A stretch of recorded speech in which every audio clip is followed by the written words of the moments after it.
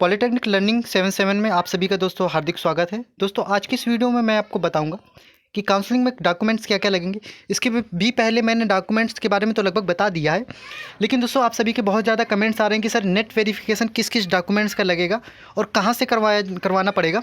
इसके साथ साथ और भी यहाँ पर आय जात निवास कब के होने चाहिए, कितने पुराने होने चाहिए, और आधार कार्ड के बिना एडमिशन क्यों नहीं होगा, या फिर अगर आपका एडमिशन हो भी जाता है तो आगे क्या क्या प्रॉब्लम्स आ सकती हैं। दोस्तों वीडियो को प्लीज़ आप पूरा अच्छी तरीके से देखिएगा।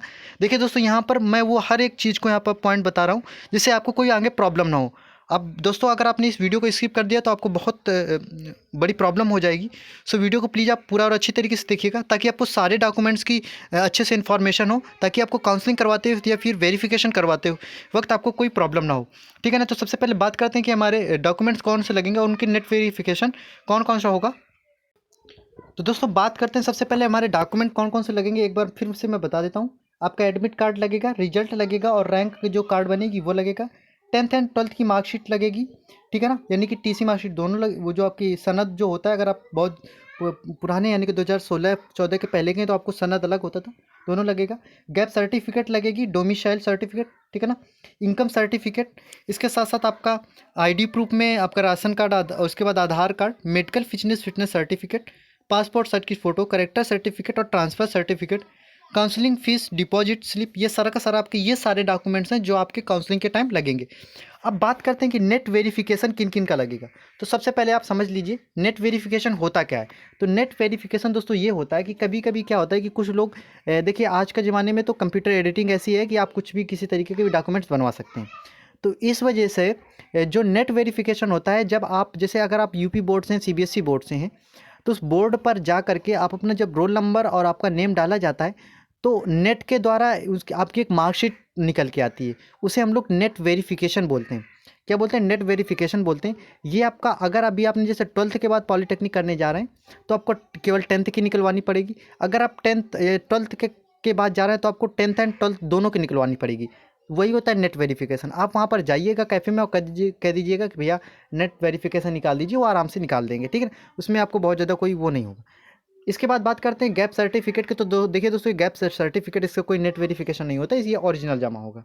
डोमिसाइल सर्टिफिकेट, निवास प्रमाण पत्र, आय जात निवास, इन सब तीनों का ही बात करें तो इन तीनों का ही दोस्तों ओरिजिनल के साथ साथ आपकी जो फोटो कापी है उसके साथ साथ इसका भी नेट वेरिफिकेशन निकलेगा।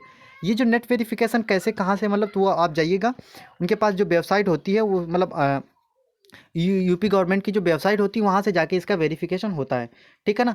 और भी आपको कोई डाउट हो तो प्लीज़ आप बताते पूछते रहिएगा। अब यहाँ पर बात करते हैं मेनली कि गैप जो हमारा आय जात निवास है ये कितने पुराने होने चाहिए, इसके बारे में बात करते हैं। देखिए दोस्तों, ठीक है ना। तो देखिए दोस्तों, अगर आपका आय जात निवास अगर आप जस्ट अभी हाल ही पे बनवाएं, वैसे तो देखिए दोस्तों आय जात निवास ये तीनों ही 3 ईयर्स के लिए वैलिड होते हैं, ठीक है ना। ये 3 ईयर्स के लिए वैलिड होते हैं। वैसे निवास और जात की बात करें तो इससे ज़्यादा भी वैलिड होते हैं, इससे कोई प्रॉब्लम नहीं। लेकिन आय हमारी 3 साल के बाद कहीं ना कहीं कैंसिल हो जाती है। अगर अभी ने आपने कोई मतलब 6 महीने सपोज आपने 2 साल पहले से आय बनवाई है तो वो भी आपकी आय तो वैलिड होगी।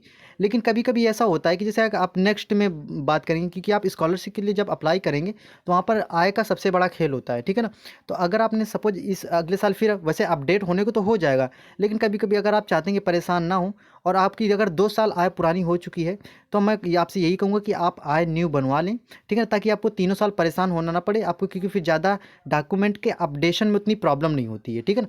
अब बात करते हैं निवास और जात की। तो देखिए दोस्तों, अगर आपका आय निवास और जात 3 साल से ज़्यादा का हो गया, ठीक है, तो दोस्तों आप ज़रूर बनवा लीजिएगा। वैसे मुझे पता है कि मतलब वो आपका वो बेकार नहीं होता है 3 साल के बाद भी, लेकिन फिर भी आप बनवा लीजिएगा, क्योंकि यहाँ पर जो आपका 3 साल का मैटर है, यहाँ पर आपको कोई 6 महीने और साल भर का मैटर नहीं है।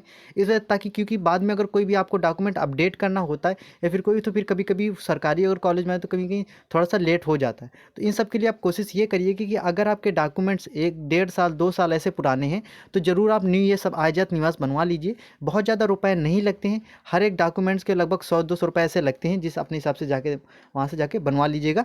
आपके बनवाने में भी बहुत ज़्यादा टाइम नहीं लगेगा, ठीक है ना। 3 दिन में हमारे 3 या 4 दिनों में हमारे आय जात निवास बन जाते हैं। तो मैं आप सभी को कहीं यही कहूँगा कि अगर आपके आय जात निवास 2 साल से ज़्यादा पुराने तो आप सब बनवा लीजिएगा न्यू डॉक्यूमेंट्स, ठीक है ना। तो ये भी आपके सारे के सारे डाउट क्लियर हो गए होंगे। अगर फिर भी कोई डाउट है तो मुझे आप कमेंट्स में बता सकते हैं, अदरवाइज़ मुझे इंस्टा भी फॉलो करके वहाँ पर मैसेज कर सकते हैं, क्योंकि कमेंट्स में बहुत सभी स्टूडेंट्स का जवाब एक साथ देना मुश्किल होता है। ठीक है ना। अब बात करते हैं दूसरा, यहाँ पर अब आईडी प्रूफ में है, तो आईडी प्रूफ में दोस्तों राशन कार्ड, आधार कार्ड, कुछ भी लग सकता है, ठीक है। लेकिन अब यहाँ पर सबसे जो 7वें नंबर में मोस्ट इंपॉर्टेंट पॉइंट है दोस्तों, आधार कार्ड। किसका? आधार कार्ड का जो मोस्ट इंपॉर्टेंट पॉइंट है। अब यहाँ पर आधार कार्ड से समझ लीजिए, देखिए दोस्तों, पहले मैंने तो इतना समझ लीजिए कि देखिए, अगर आपके पास आधार कार्ड नहीं है लेकिन फिर भी आपके पास कोई ना कोई आईडी ज़रूर होनी चाहिए, ठीक है ना, तभी आपका एडमिशन हो पाएगा, ठीक है। एडमिशन तो दोस्तों अब बिना आधार कार्ड के भी हो जाएगा, कोई इतनी बहुत बड़ा इशू नहीं है। लेकिन एक चीज़ याद रखिए कि अगर उसके बाद अगर आपका आधार मतलब एडमिशन हो गया, लेकिन आप यूराइज जो पोर्टल होता है, इसके बाद भी एक वहाँ पर आपको एक यूराइज पोर्टल होता है जहाँ आपको रजिस्ट्रेशन करना पड़े, वहाँ पर आधार कार्ड अब सबसे ज़्यादा मेंशन हो गया है।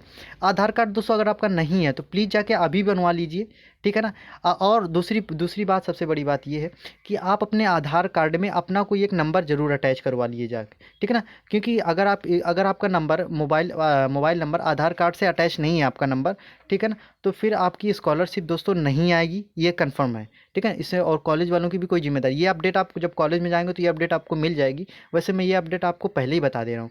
और दूसरी सबसे इंपॉर्टेंट पॉइंट वाली बात ये है कि जो आपके हाई स्कूल इंटर पे जो आपका नेम है, आपके मम्मी पापा का जो नेम है और आपकी जो डीओबी है, वही सेम दोस्तों आधार कार्ड में भी होनी चाहिए। अगर ऐसा नहीं है तो दोस्तों आपको प्रॉब्लम हो जाएगी। सो दोस्तों आप 7 डेज में वैसे अपडेट हो जाता है, आने में थोड़ा उसका टाइम कम मतलब ज़्यादा लगता है, लेकिन आप अपडेट हो जाएगा। तो दोस्तों अभी भी आपके पास टाइम है, आप जाके बनवा लीजिए, जाके आधार कार्ड ये सारा का सारा अपडेट करवा लीजिए जाके, ठीक है ना। तो इस जो आप भी सारे के सारे डाउट थे, मैंने सारे के सारे डाउट क्लियर करने की कोशिश की है।